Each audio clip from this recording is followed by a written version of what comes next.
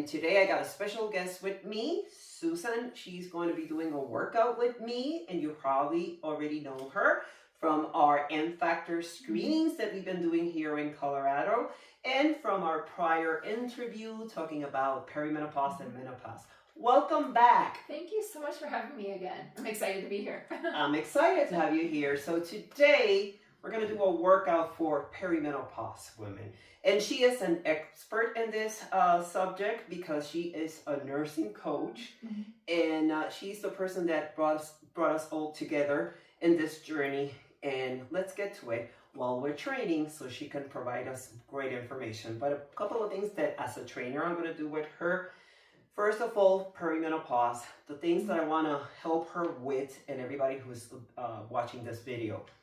Bone density, increasing your body mass, your muscles, mobility, and to start burning a little more fat, burning more calories, doing everything always protecting her joints. And also I want to work her core so she can have stability in that midsection. So all of those little details we're going to talk about, and let's get to this workout. So I'm using a bench, and I have it like not in a 45-degree angle, maybe not in a 90, and not completely flat, because I want to work her upper chest. And we're going to use a modified weight, not going crazy, too heavy. If you already work out and you've been loading up and increasing the weight, it's okay to do it. But if you're starting and you're in that beginner stage, intermediate, so I would say go very slow and very careful with the weight. So we're going to start with a incline. Okay, so I'm going to be also spotting her. Okay, and she's going to be doing 3 sets of 12 to 15 repetitions, and you're going to bring your arms all the way up. Good. Bending your elbows and up.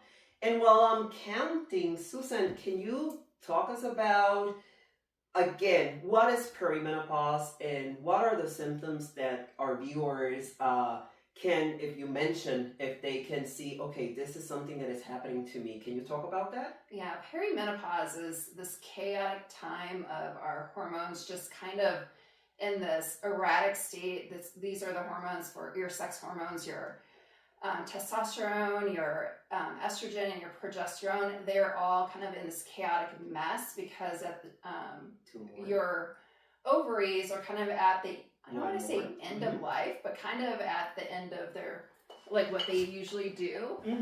And then, so during this time frame, you experience a lot of symptoms because you have the fluctuation of your hormones.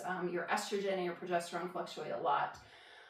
There can be up to 70 plus symptoms of perimenopause, and a lot of times the symptoms come on very slowly, and you kind of see them as kind of, oh, I noticed something's different, and then all of a sudden it feels like the floor has given out, and like you're like, I'm in trouble. Like my body does not feel like it should feel. Wow, she's resting 45 seconds a minute in between sets. We're going to do a second set again. So let me ask you this really quick while you're doing the other set.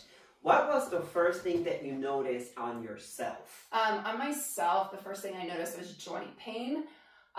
It was kind of like one of those things that it was just very subtle at first, but then like I had a hard time getting out of bed in the mornings, and I just felt like I was 47 at the time, and I felt like I was 87, living in an 87-year-old body. It just took me a lot to get out of bed, like my hip and my ankles.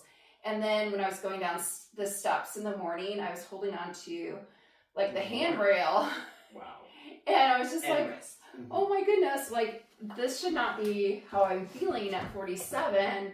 Like just so like in so much pain. And then I love hiking. And so I was like, you know, my 2 to 3, 4 mile hike would feel like I had hiked like 8 miles, and it took me a couple of days to recover. So joint pain was definitely my first one. And yeah, it increased my visits to my chiropractor, my massage therapist, my acupuncturist, all because I was trying to find a way to recover from this pain.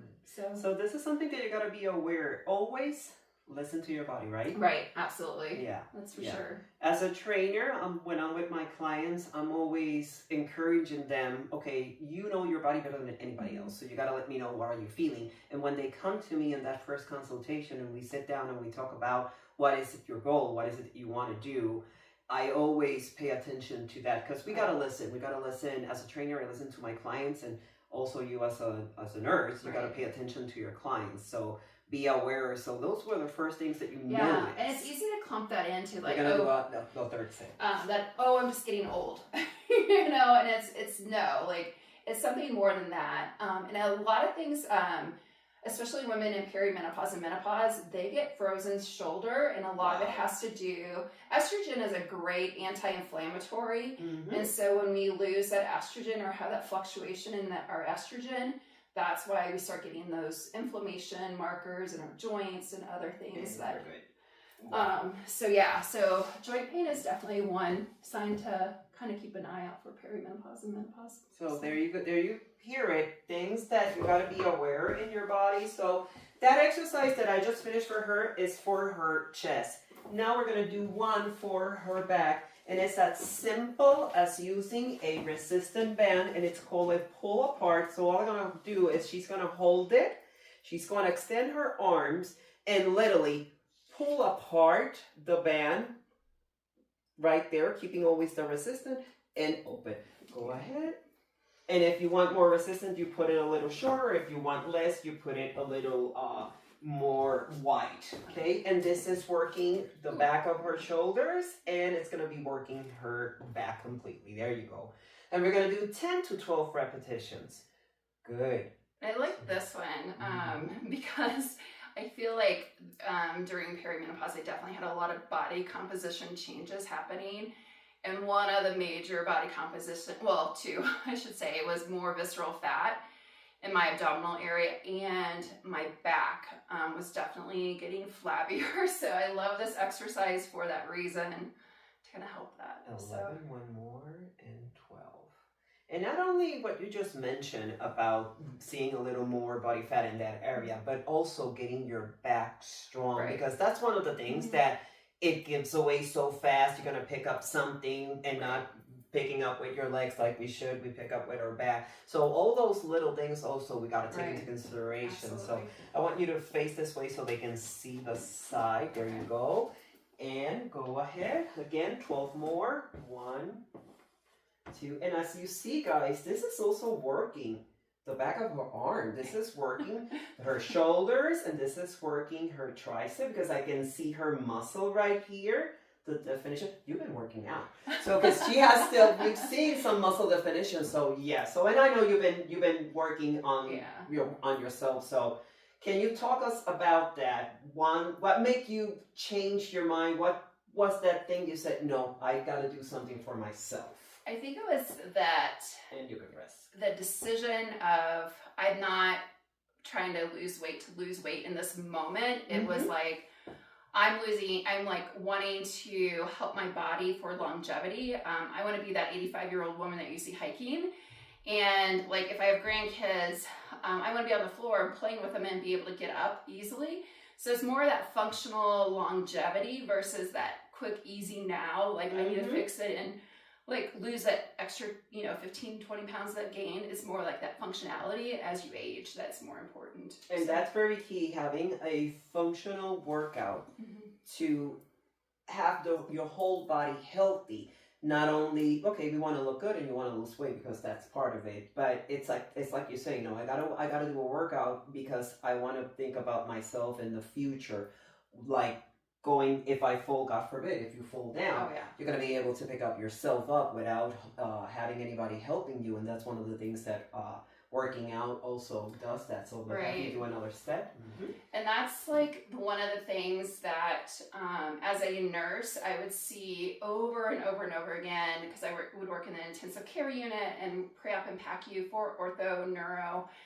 And it was these frail women that would fall and break a hip.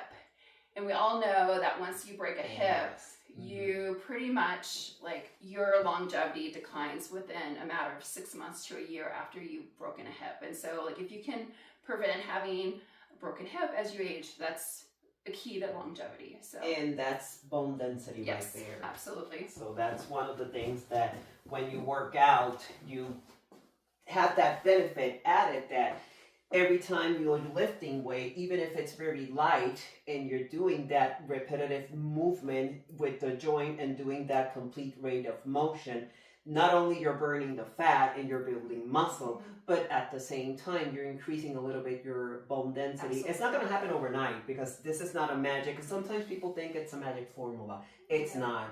It's trusting the process and being consistent, not perfect. Yeah, consistency is huge. And I think the other thing too is that implementing little bits of lightweight training during your day, like if you work from home, like having a break over your lunch period or something like that, and just find a quick 15-minute video that can really go through you know, an arm movement for like today's arms, tomorrow's legs, core movement. So you can, it doesn't have to be this, you know, full thing. Like how can you just like do it in a short period of time? Yeah. So. And speaking of videos, you can also watch my YouTube channel. I got a couple of videos that I've been uploading and will keep uploading. And this is one of the videos that you're going to see there.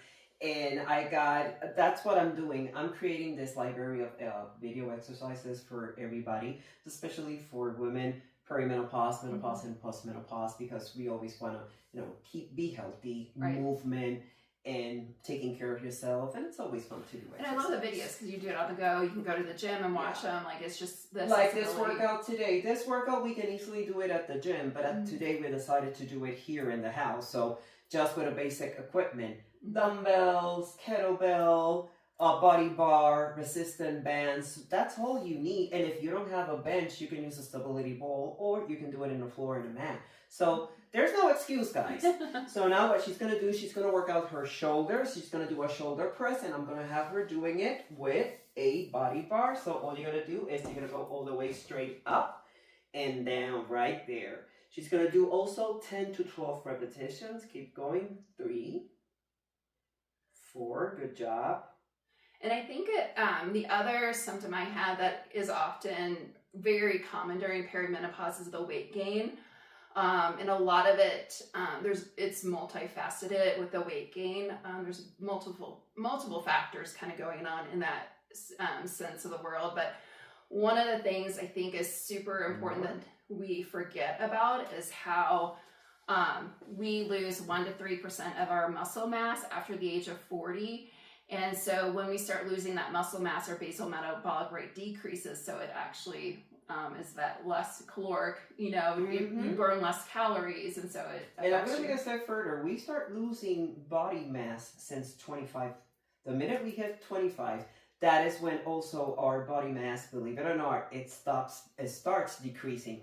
So in top of that, if when you're hit your 30s, because it could happen at women at their 30s and their 40s, and you start having the symptoms that she is describing, so you're even losing more muscle mass, and we don't want that. So that's the thing that you got to keep an eye on. And I think they said, I can't remember the exact percentage, but there's a pretty big percentage, like over 10%, once you hit perimenopause, menopause, of the bone density that you lose during that time frame. So muscle and bone is so important to keep up with it, and strength training is that number one thing to really help it. So there's so many things. Strength training, you can do cardio, the hiking like you do, you can do a yoga class, you can do a stretch class. There's so many things that you can do to slowly decrease, not stop it completely, but slow it down. And as we age, you're gonna age with quality, having movement, and not going severely into this type of perimenopause and menopause that if we don't pay attention, sometimes it can be very, very severe. Right. Got one more set. Go ahead.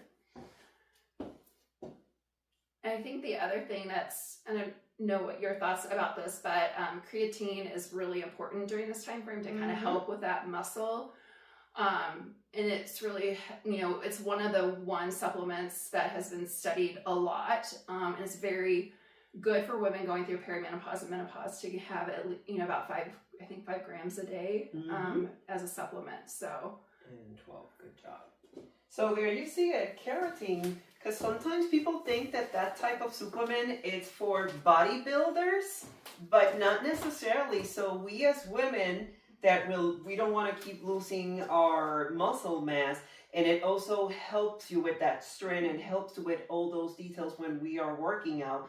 It's gonna help you. So having your protein, that's very key because the muscle, it's built with protein. So always make sure to have like 20-25 grams per meal. Always check with your doctor and your nutritionist before doing everything, of course. But having a balanced meal during the day, it's part of helping you with your strength, your energy, and everything else that's going on. Absolutely. Okay, so we did upper body. Stay tuned, we're gonna do lower body. So now she's gonna work her lower body. We're gonna work legs. So she's gonna start with a goblet squat. Go ahead. A couple of things here that I want you to keep an eye on. You see that she's going down. She is completely aligned when she comes down, her shoulder with her knee, and her knees are not going above the toe. That is very important because if she starts going above her toes with her knee, that's going to put too much pressure and she's going to feel that pain in the joint. So if you can turn a little bit to the side facing me so they can see it. You see that she is completely aligned when she comes down, and that knee, it's not coming forward. And she's also going to do 3 sets to 12 to 15 reps. Great. How did that feel? Good. Okay. I just did legs earlier today. I know. Leg takes a lot when we're doing it. And I like that because it's not only strength training, it's a little bit of that like endurance and cardio. Okay. And now she's starting her second set. She rested 45 seconds to a minute in between sets. And it's always very important. Keep hydrated, keep water. So you're going to drink water before you're doing the exercise, during exercise, and after exercise, okay? And one of the things that I like with this exercise is that she's hitting the whole body, and it's not only strength training for her leg and her lower back. You can feel that heart rate increasing a little bit. So it's like, oh, hold on, I'm working a little bit of the cardio too there. So I was going to say, I feel definitely more like breathiness with that one. But. Yeah, definitely. And what I was going to ask you, what are the most common symptoms, or when a client or a patient comes to you, what is that common thing that you see, common denominator on all of them? If you can say like 1 or 2 things. I would say the common thing that women notice, I just don't feel like myself. Like, and that's like, it's so vague because you can't quantify it and you can't put your pulse on it. And so and a lot of women feel as though if they say that to their doctor, they'll just blow them off. So a lot of times, like, have you been feeling like yourself lately? And a lot of times like, oh my gosh, no, like I haven't been, but like I can't put my finger on why I don't. And so I would say that's the number one thing, like the kind of at the start of perimenopause. And then the more you get into it, the more you're just like, I feel like I'm just getting old, and they just kind of like put up with it, which you don't have to put up with it. So. Definitely. Or if you go to the doctor, like it happened to you, that's part of aging and it's not, or they dismiss you like this is anxiety and they will give you a prescription for depression or anxiety, and it has nothing to do with that. Absolutely. And that, I mean, that in my case, like I went to them and said, I have a list of 17 symptoms of perimenopause. And she looked at, my primary care provider looked at my list and pretty much was like, oh my goodness, yeah, I could treat you with the anti-anxiety medication because you have new onset anxiety. And I was like, no, you're addressing the symptom of perimenopause, but not the actual root cause, which was the fluctuation of my hormones. And so I think it's really important for women to kind of understand their bodies really well so that they can talk to their providers and say, no, I don't want to take a medication that's going to treat a symptom. I want to look at the root cause. So, and that's a conversation of like advocacy with that you've developed. Or I feel like a lot of women learn really quickly during this time frame to develop that advocacy for themselves because they're not being listened to. So. You have to. Let's do the third and final set. So you're listening to what she's saying. This is really key what she's saying. You got to be an advocate for yourself. No, like I said at the beginning, nobody knows your body better than you. So you're the one who's feeling the symptoms. And when you're sitting down with your doctor and that doctor is not listening, or they dismiss you because they want to treat it like anxiety or depression, and it's not really that. So probably you need to change doctor and find a doctor that will listen to you and will go a little deeper, like you said, not putting a Band-Aid on the symptoms. We want to go to the root of the problem and treat it and see if we can get better. Yeah, definitely. Absolutely. So the second exercise that you're going to do is going to be that single deadlift. Okay.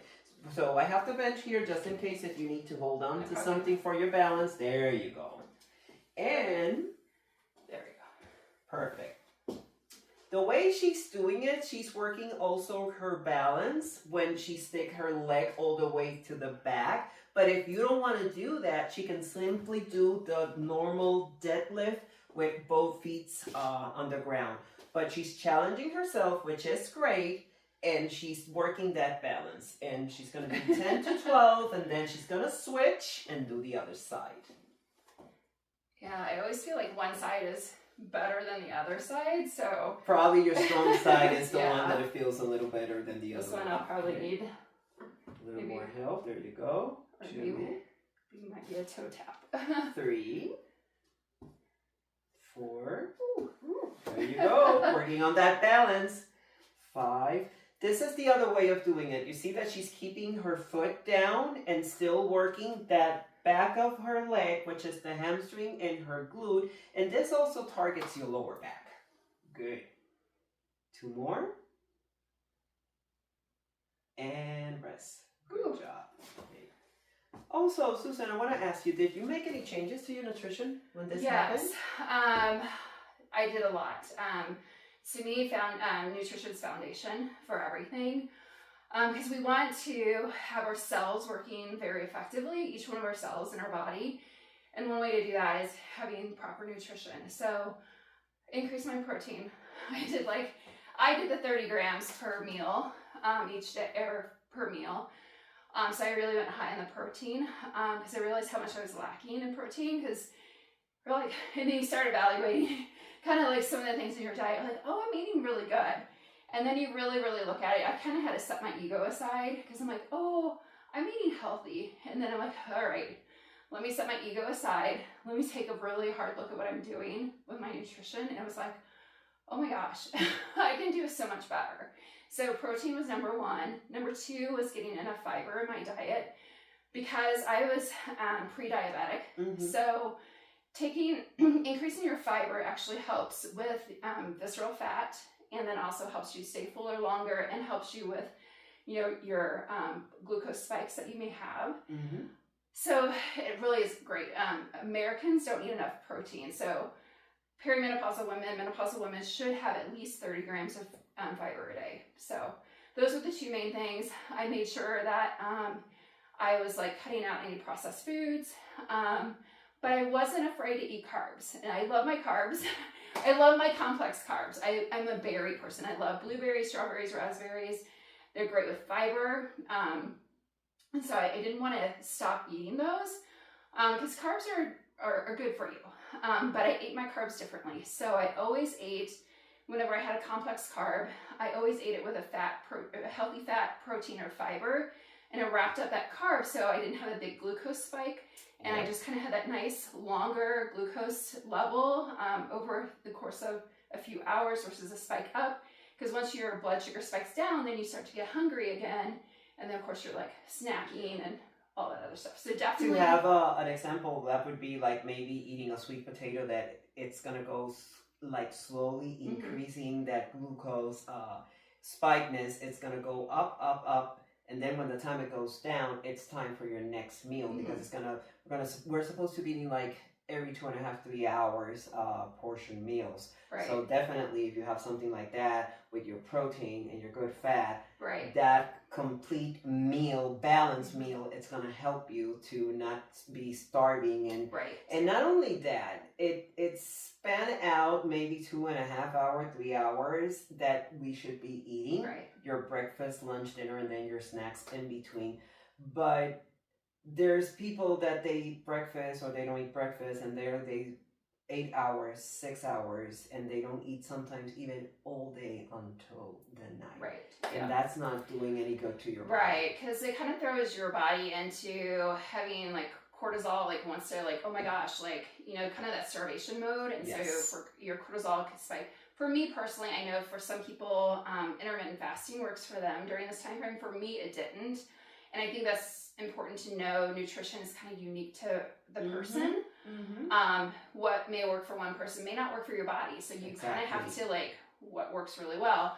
Intermittent fasting was one thing that would not work for me. Actually, through my cortisol, it became elevated, and I just hung on to the weight, and I couldn't lose any weight. Even if you drink a bottle of water or a glass of water, your body was not going to let it go, because it's like, no, I'm in starvation mode, and I need to reserve, and that's when your body starts creating everything into body fat, because we don't know when you're going to have your next meal, so therefore that's what happens. So you got to be aware of that, and like we said at the beginning, always consult your doctor, because everybody's completely different. Go ahead.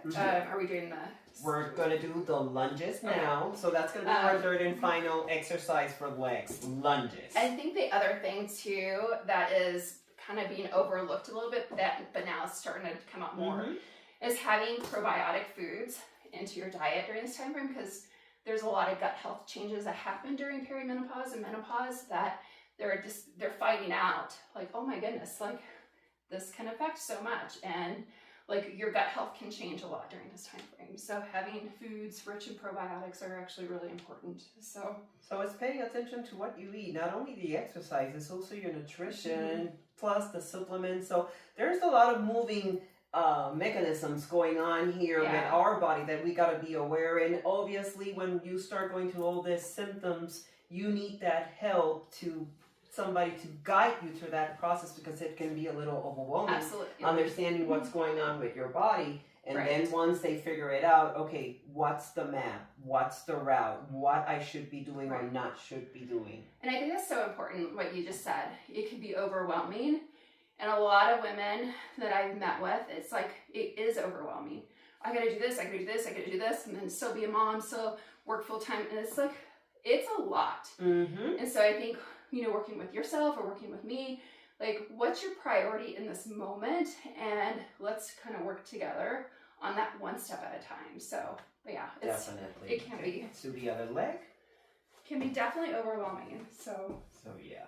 And there's a lot of help out there. And like you said, you can reach out to me, you can reach out to her. We're going to provide our information.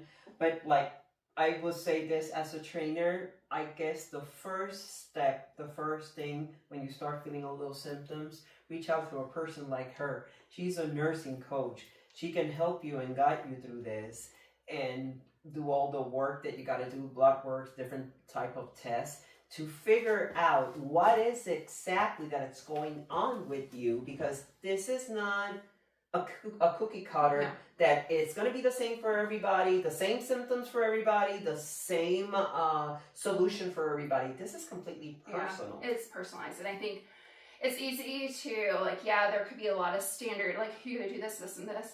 But actually, it comes down to personalization with your care. Like, maybe you're not having hot flashes, but your friend is. Like, it's going to be kind of a couple different things that we're going to focus on. And it's not just all cookie cutter. So, yeah, definitely very personalized. If you could give an advice to that Susan from a year ago, what would you say to her? I would say a lot of things. But most importantly is trust your gut. Because I questioned it a lot. And I was like, is it this, is that? But I think a lot of it is because I'm a nurse. And I'm like, I should know better. Like, and I kind of put that pressure on myself. But like, I knew deep down, like, women were so good. We're like, so intuitive. Like, but we've been told in society, so many different things that, you know, don't trust your gut. Oh, you're being crazy. Blah, blah, blah. But we are so intuitive. Like, I just wish I would have trusted my gut so much sooner, instead of delaying it. But then if I didn't go through what I went through, I wouldn't be here today. So and we wouldn't be having those incredible screenings and all those gatherings that she's been doing. And we got one coming up in January. And then a big one in February. Yes, I'm so excited about that. Yes, I am excited about that too. So we're going to provide more information on her social medias and on myself. We're going to be sharing this information. So keep an eye on that. So one last word. what can you say to those viewers, any women, perimenopause, menopause, that is watching us right now and doesn't know what to do? They're listening to us and they're like, sounds like something that I'm going through. What would you say? The very first thing is to write down all the symptoms you're having. It could be whatever you're feeling that's not normal to you. Write down every symptom, and then actually do your research on like what symptoms are related to perimenopause. You might be surprised that some of them are just really off the wall ones, and I think that was, to me, it was like, oh my gosh, my ear itching is actually related to that. I thought I had a rash in my ear. Like, something as simple as that. Yeah, and it's all related to perimenopause. But put them all in a list and actually list them as like how debilitating are they in your life, and what's your priority. Like if you could wave a magic wand, which symptom would you like to get rid of first? And that's your probably going to be your most debilitating one. So really make a list of that. Find a provider that's going to listen to you, and that seems to be the hardest thing right now, is access to the right care. Because a lot of providers are not educated very well in this area. If you're in the Denver area, I'm creating a list of local providers. And there's other sources out there. You can go to the Menopause Society to find a list of menopause trained providers. So you have different resources out there that you can find providers that are trained in menopause, but that you have to find the ones that will listen to you. Yes. And a lot of them are OBGYNs. I would start there first. But not all of them are trained in menopausal care. So definitely. So there you go. And we're going to put her information also in the video so you can reach out to her, because she is an awesome source of knowledge going through it herself. And she also provides that care as a nurse, as a nursing coach. So this is also a good step to start with, reaching out to you, and you definitely will point them in the right direction if you cannot provide that information that they need. And again, don't be afraid to have this conversation and ask. It's like you said, trust your gut feeling. You got to be your own advocate. Listen to your body. Nobody knows your body better than you. And take it from there and help us out there. And we started this conversation a couple of months ago, and it's taking a life of its own, which is awesome. And we're going to keep talking about all these symptoms, perimenopause, menopause, because it's real. No, you're not crazy. It's not going on your head, but yes, it's going on our head because it's part of what's going on. But reach out to your provider, to us, and we will point you in the right direction. So I hope you enjoyed this video. Like and share.